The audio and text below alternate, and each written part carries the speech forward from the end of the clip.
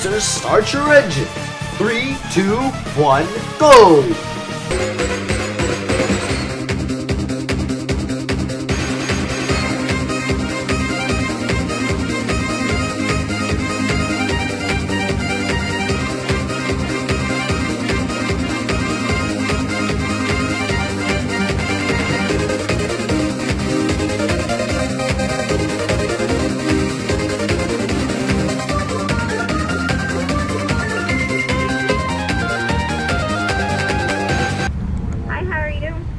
I am pretty good. That's good to hear. What can I get for you? Can I just get a soft taco, please? We got the money.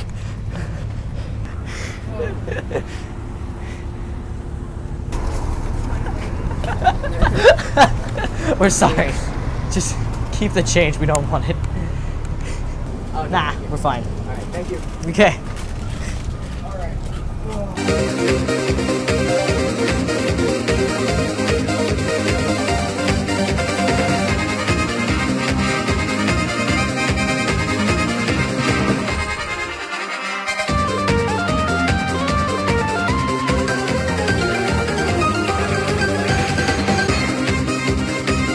Hold on there, Norman. You're not gonna win the race going like that. What are you talking about? You need calculus. Why don't you prove it?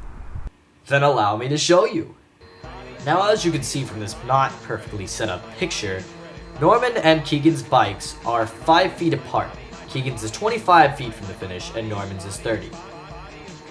Keegan thinks he's too cool to change his acceleration and thus will continue at the same rate and will pass the finish line at exactly 2.35 seconds. Norman has to find a way to beat that. Now, after gathering the data, I found exactly what speed Norman would go at. It would take him 0.34 seconds to go 3 feet, which were the intervals we set at. Thus, at that time, his speed was 6.02 miles per hour.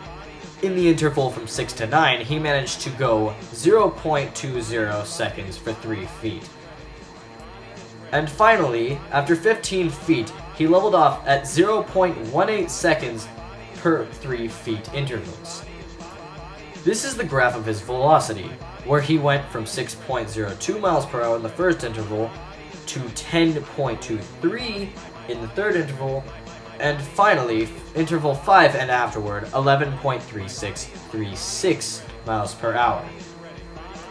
Now, by using the derivatives, this is exactly what the acceleration graph looks like, because as Norman begins to go faster, he does lose a bit of that acceleration, and thus it is dropping. In the end, if he does it this way, it should take him about 2.11 seconds to get to the finish. This is the position versus time graph. If you wanted to see it, it's not particularly special, but here you go.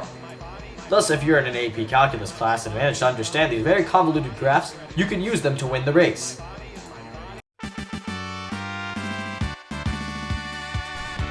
Thank you, Mr. Genie, for using your magic to win this race.